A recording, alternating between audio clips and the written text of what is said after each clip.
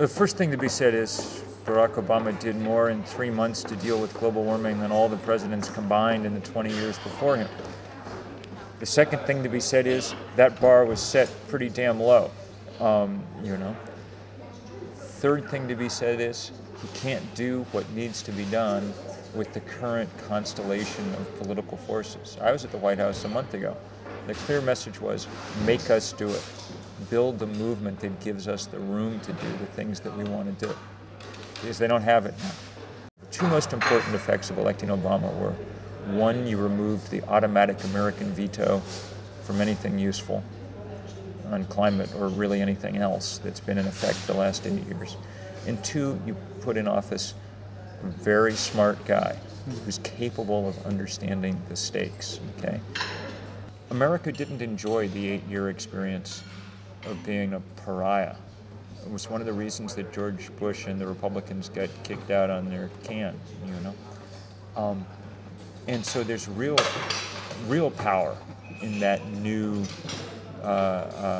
in that sort of pressure from the outside in. It will be very, very useful. The EU is clearly going to play a key role in figuring this out. So between Britain and the rest of Europe, there's real power. The government of the UK has tried to have it both ways, tried to act green without offending any large vested interest. At a certain point, that becomes an impossible straddle, because there are large vested interests whose vested interest is to keep burning coal till the end of creation. And the end of creation is precisely what they're capable of producing if they keep burning coal. So, time to get enough of a movement that Britain's leaders understand that they can and they must take more effective action. You've been working on these issues for over 20 years, too long. Yeah.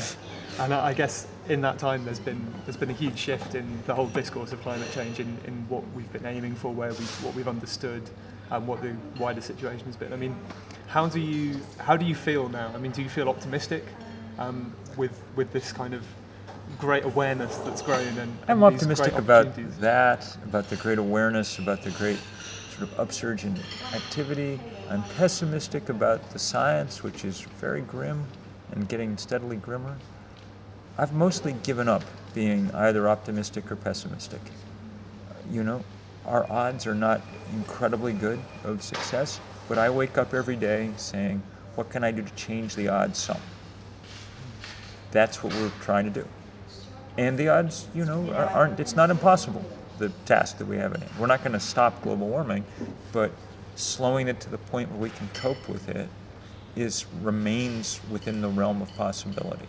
Hence, it's the obvious moral duty of all of us to be on about it right now. And it's also, there's something, fun's not quite the right word, but there's something deeply satisfying about trying to do that. It's the biggest problem that human beings have ever faced.